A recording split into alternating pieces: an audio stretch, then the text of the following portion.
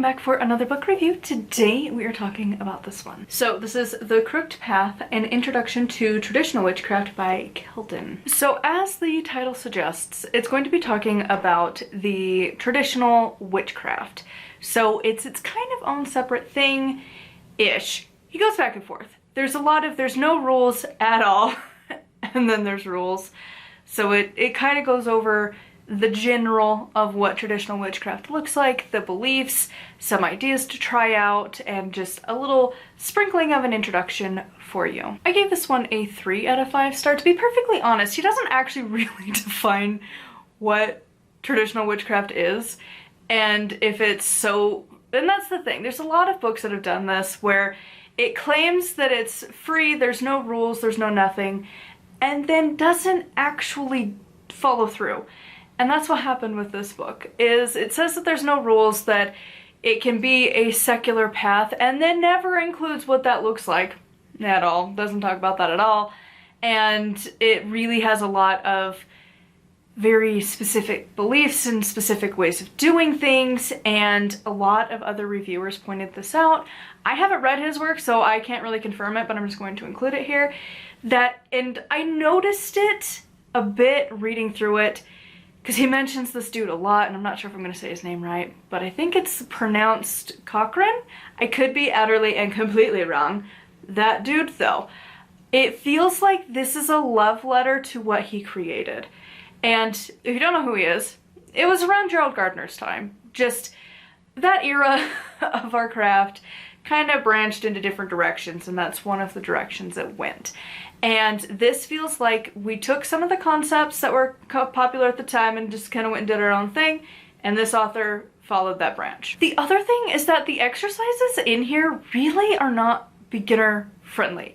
If you have never done anything in the witchcraft, pagan, Wiccan spaces, you're gonna be probably pretty lost.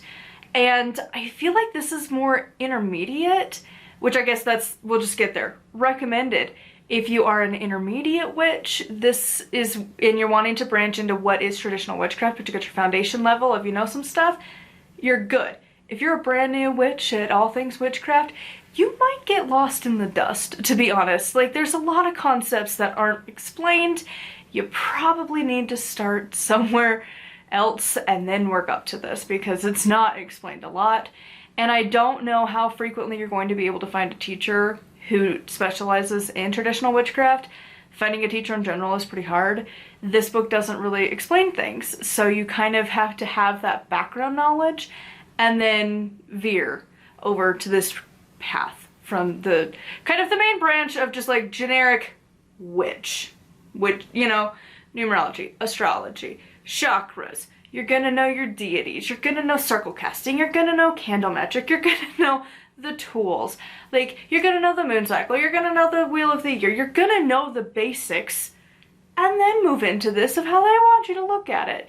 But if you are brand new, you're not gonna know all of that background stuff, so you're gonna need to do more research first. So the only part of this that I liked, getting back to the review part of this, is I really did appreciate the section on like how to do magic well and like the steps you need to do. I feel like that was really well written and really explained well.